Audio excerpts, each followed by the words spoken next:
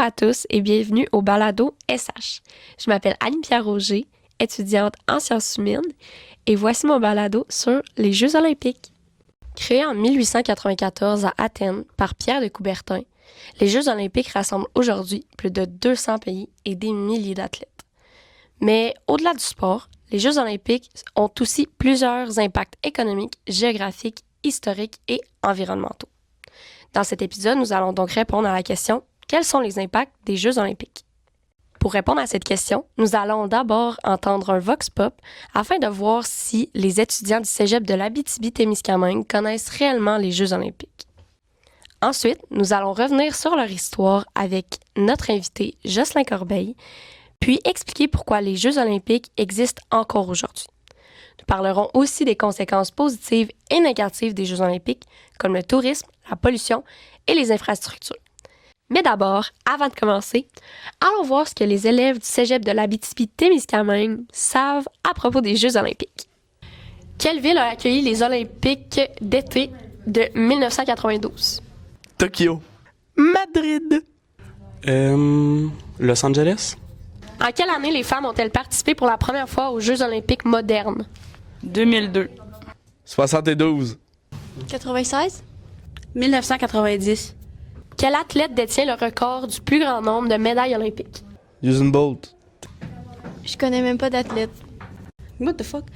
Kingsbury. Quel pays a remporté le plus de médailles d'or aux Jeux olympiques de Tokyo 2020? Le Japon. Les États-Unis. La Norvège. Comme nous avons pu l'entendre, plusieurs étudiants connaissent les Jeux olympiques de manière assez générale, mais ne semblent pas connaître beaucoup d'informations plus précises sur le sujet. Les Jeux olympiques représentent pourtant un événement très important à travers le monde, autant sur le plan sportif qu'économique, historique et environnemental. Les Jeux olympiques possèdent plus de 130 ans d'histoire. À l'origine, ils étaient organisés en Grèce antique, où les athlètes s'entraînaient pendant plusieurs mois avant de se rendre à Olympie pour compétitionner. Aujourd'hui, les Jeux sont devenus un événement mondial extrêmement médiatisé, qui demande des années de préparation et des investissements énormes. Pour nous aider à mieux comprendre l'histoire des Jeux olympiques, nous recevons aujourd'hui M. Jocelyn Corbeil, animateur de radio à Radio-Canada. Donc, bonjour Jocelyn. Bonjour, Annie-Pierre. Donc, merci de participer à mon balado. Et on va tout de suite commencer avec la première question. Donc, quand ont eu lieu les premiers Jeux olympiques? Ben, c'est en deux volets, les Jeux olympiques. Dans un premier temps, il y a eu les Jeux antiques. On parle de 776 avant Jésus-Christ. Donc, premiers Jeux qui ont eu lieu du côté d'Olympie. C'est à l'ouest d'Athènes, en Grèce. Alors, le but premier de ces Jeux, c'était surtout religieux. On voulait honorer Zeus, notamment. On appelle le roi des dieux. Et compétition qui était des rituels sacrés où les athlètes cherchaient notamment la faveur divine par l'effort physique. Alors, c'est un petit peu comme ça que ça a commencé. C'était une journée au début des Jeux. Alors, Okay. c'était assez court, effectivement. Et ça servait aussi de trêve olympique, on appelait. Donc, c'est un moment de paix, si on veut, afin de permettre aux athlètes de se rendre sur place. Également, pendant les Jeux, ben, il n'y avait pas de guerre là-bas parce que effectivement, il y en avait pas mal à l'époque. Alors, tout au long de ces Jeux, c'était un moment de paix. Alors ça revient, vous allez voir un peu plus tard, au niveau des Jeux olympiques, c'était établir la paix par le sport. Alors, c'est une phrase importante quand même. Alors, ça a été instauré par des héros comme Héraclès, notamment le roi Iphitos aussi. Première discipline sportive, c'était surtout de la course. Course à pied notamment. Alors, ça a commencé peut-être avec une épreuve pendant une journée et après ça s'est développé avec 3 jours de compétition, 5 jours de compétition et de plus en plus, on commençait à voir certains sports de combat, par exemple, des épreuves épiques, des courses de chevaux. Alors, c'est un petit peu comme ça que ça a commencé au niveau des Jeux antiques. Alors, ça a duré plusieurs années. Ça a été aboli à 394 ans après Jésus-Christ. Donc, ça a demeuré une certaine période. Et c'est revenu plus tard sous le nom de ce qu'on a appelé les Jeux de l'ère moderne dès 1896, après une interruption de plus de 1500 ans. Donc, les premiers Jeux modernes ont été inaugurés en 1896. Ça, les Jeux modernes, ben, c'est les Jeux connaît maintenant. Beaucoup plus de disciplines, des disciplines qu'on connaît comme le cyclisme, l'escrime, la gymnastique, l'haltérophilie, la lutte, natation, tennis, tir, etc. Alors ça, ce sont les jeux de l'ère moderne qui sont arrivés après une pause de 1500 ans. C'est beaucoup quand même, 1500 ans. Ouais, une petite pause. Je pense que la guerre a pris le dessus un petit peu sur la paix et le sport à cette époque-là. Ok. C'est un petit peu cette décision-là, ouais. Parfait, on comprend la décision. Ma deuxième question, où est-ce que les premiers Jeux olympiques ont eu lieu? Ben, c'est du côté d'Olympie, effectivement, en Grèce, à l'ouest d'Athènes à ce moment-là. Tout au cours de ces Jeux, on fait souvent des références à la Grèce, à Athènes. On pense à la flamme olympique, par exemple, qui part toujours de cet endroit-là. C'est toujours un coup de chapeau qu'on lève du côté d'Olympie. Ouais. Ensuite, pourquoi les Jeux olympiques sont-ils importants dans l'histoire? Ben, les Jeux, c'est plus qu'une simple compétition sportive. Les Jeux ont toujours eu une portée politique et sociale. On parlait tantôt de trêve olympique dans l'Antiquité. Cette trêve sacrée s'est instaurée pour permettre, comme on le disait, aux athlètes de voyager en toute sécurité vers la destination qui était Olympie. Et ça mettait une petite pause à la guerre entre les cités grecques de cette époque-là. Ce serait agréable que ce soit encore le cas actuellement, qu'on puisse au moins faire une petite pause Ça ferait du bien. durant la période des Jeux. Aujourd'hui, c'est l'un des rares événements qui rassemble presque toutes les nations du monde sous une même bannière de paix et de coopération. C'est ça qui est beau aussi dans les Jeux olympiques, c'est de retrouver des athlètes de partout au monde comme ça qui compétitionnent sans parler de guerre, donc effectivement. Alors, pour le pays hôte également, pays qui reçoit les Jeux, qui présente ces Jeux-là, ben, c'est une occasion de montrer son savoir-faire, également sa culture au monde entier. C'est pour ça que les cérémonies d'ouverture, c'est magnifique. On peut voir la culture du pays qui reçoit les Jeux. Et parfois, on fait des clins d'œil également aux autres pays du monde entier. Alors ça, c'est pas mal beau. Mais absolument, ça a un effet quand même rassembleur. Oui, c'est vrai. Ensuite, ma prochaine question, un petit peu plus du côté historique, encore une fois. Ouais. Là, quand et pourquoi les femmes ont-elles commencé à participer aux Jeux olympiques? Bien, ça a été long. Ça a été très, très long avant que les femmes puissent compétitionner lors des épreuves. L'intégration des femmes, ça a été finalement un long combat mené contre les préjugés de l'époque. Quand les femmes ont commencé à participer aux Jeux de Paris en 1900, alors ça fait pas longtemps Ça quand fait même. vraiment pas longtemps.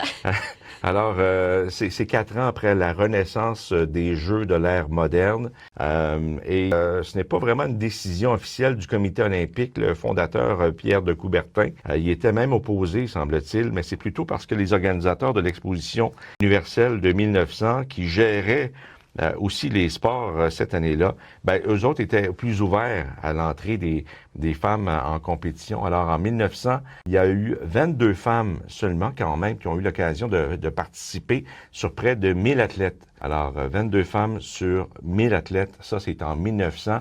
Et elles avaient le droit de pratiquer 5 sports dits féminins, entre guillemets, comme le tennis, la voile également. Alors, il a fallu attendre Paris 2024 pour finalement atteindre cette fameuse parité de 50% d'hommes et 50% de femmes. Alors, c'est quand même assez récent, C'est 2024. très récent, ouais. absolument. Et finalement, pour finir, est-ce que vous avez un ou des faits cocasses sur l'histoire des Jeux olympiques? Ah, il y en a plusieurs, au fil du temps, on s'entend. Notamment le tir sur pigeons vivants. Oh! Alors, en 1900, à Paris, on utilisait de vrais pigeons pour les épreuves de tir, ce qu'on appelle... Alors, il y a plus de 300 oiseaux qui ont été tués en 1900. Heureusement, cette épreuve a été supprimée dès les Jeux suivants au profit de ces fameux pigeons d'argile. Alors, Tant ça, mieux. Tant mieux pour eux. Oui. Alors ça, c'est l'un des faits cocasses. Également, l'apparition de la médaille d'or en 1904. Contrairement à ce qu'on pourrait croire, la médaille d'or n'a pas toujours existé. En 1896, à Athènes, les vainqueurs ne recevaient pas l'or. Le premier recevait une médaille d'argent et un rameau d'olivier, tandis que le second recevait une médaille de bronze. En 1900, à Paris, la plupart des gagnants recevaient des coupes ou des trophées plutôt que des médailles. En 1904, à Saint-Louis, c'est lors de ces Jeux que la tradition des 3 médailles or, argent, bronze a officiellement débuté. Donc, c'est en 1904 qu'on a finalement vu ces fameuses 3 médailles arriver. L'or massif, en 1912 pour la médaille d'or. qui n'ont réellement en or massif que pendant une très courte période. En 1904 à 1912, c'était vraiment de l'or qu'on recevait comme médaille d'or, mais ça coûtait cher. C'est sûr, c'est Ça sûr. coûtait pas mal cher. Alors, en 1912, les Jeux de Stockholm ont été les derniers à remettre une médaille d'or en raison effectivement du prix de l'or, de l'augmentation du prix de l'or et de l'expansion des Jeux. Cette pratique est devenue trop coûteuse. Alors, aujourd'hui, la médaille d'or est en réalité une illusion parce que elle est composée de 92% d'argent pur et on met un petit plaquage en or autour quand même de cette médaille-là. Mais ça peut coûter très, très cher. Un fait intéressant au Jeux de Paris en 2024, chaque médaille d'or, plaquée or en fait, contient aussi un morceau authentique de fer provenant de la Tour Eiffel. Wow. Donc, il y avait un petit morceau de Tour Eiffel à l'intérieur des médailles du côté de Paris. Et on dit également que la médaille d'or des Jeux de Paris en 2024, s'il avait été en or massif, là, sa valeur aurait tourné autour de 60 000 $ canadiens quand même. C'est très cher. Oui, c'est ça. Alors, mais avec un petit morceau de Tour Eiffel à l'intérieur des médailles, j'ai trouvé ça intéressant. Alors, lorsqu'on gagnait une médaille en France, on partait avec un petit morceau de la France aussi, de la Tour Eiffel. Ça Alors, rajoute un petit peu de valeur. Ben oui, c'est ça. Alors ça, c'est des moments intéressants. Et il y en a plusieurs, des faits cocasses. C'est vraiment merveilleux. C'est un beau programme olympique qui coûte cher, par contre, à présenter tout ça, en espérant que ça demeure quand même à plus petite échelle pour permettre à plusieurs pays de pouvoir les présenter. Ouais. Parfait. Ben merci beaucoup, Jocelyn. Ben, ça me fait plaisir, Annie-Pierre. Ouais. Si les Jeux olympiques existent encore aujourd'hui, c'est en grande partie grâce à leur importance économique et médiatique. Ça permet une publicité assez exceptionnelle de la ville haute, puisqu'elle passe à la télé tous les jours, sur les réseaux sociaux, dans les journaux du monde entier. Les Jeux olympiques permettent à plusieurs pays de se faire connaître à travers le monde. Ces dernières années, on voit qu'il y a beaucoup de pays émergents qui ont voulu organiser les Jeux olympiques ou la Coupe du monde de soccer. Finalement, organiser ces grands événements, ça devient un passage obligatoire pour ces pays, notamment émergents. Là, je prends l'exemple des pays émergents parce que c'est une manière pour eux aussi de se positionner pour dire, voilà, maintenant, on met une grande puissance. Mais vraiment, l'image, elle est vraiment au cœur de l'organisation des Jeux olympiques. Et d'ailleurs, pour faire un petit parallèle avec Montréal, Jean Drapeau, c'était ce qu'il cherchait avec l'organisation des Jeux olympiques. Les Jeux olympiques sont aussi très liés au capitalisme. Plusieurs entreprises profitent de l'événement pour faire de la publicité et rejoindre des millions de spectateurs. Durant les Jeux de Paris en 2024, plus de 2800 publicités ont été diffusées à la télévision française. Des compagnies comme Apple et Renault ont investi des millions d'euros afin d'être associées aux Jeux olympiques. Les Jeux olympiques sont donc devenus à la fois un événement sportif, économique et médiatique mondial. Les Jeux olympiques entraînent plusieurs conséquences positives, mais aussi négatives. D'abord, les JO attirent énormément de touristes. Par exemple, lors des Jeux de Pékin en 2008, près de 17 millions de touristes se sont déplacés dans la ville. Cela apporte beaucoup d'argent aux hôtels, restaurants et commerces locaux. Cependant, ce tourisme massif crée aussi plusieurs problèmes. En effet, les hôtels deviennent rapidement complets et les villes doivent accueillir des milliers de visiteurs supplémentaires. Selon notre invité Florent Lefebvre, entre 60 et 65 % des émissions de gaz à effet de serre liées aux Jeux proviennent des spectateurs et des touristes qui voyagent, utilisent les hôtels et consomment sur place. Les touristes viennent du monde entier, consomment. Donc finalement, là, pour Paris 2024, on est à 65 % du bilan carbone total. Et en fait, ce sont les spectateurs qui viennent, qui consomment, qui vont à l'hôtel, qui vont au resto, etc. Cet événement favorise également l'urbanisation. Plusieurs infrastructures sont construites spécialement pour l'événement. Par contre, certaines deviennent ensuite difficiles à utiliser. Le meilleur exemple au Québec reste le Stade olympique de Montréal.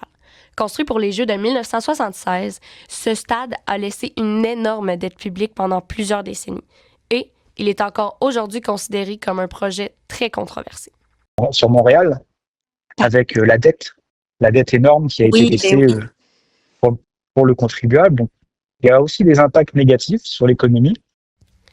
Cependant, Depuis les années 2010, le Comité international olympique tente de réduire les impacts négatifs des Jeux olympiques, surtout sur l'environnement.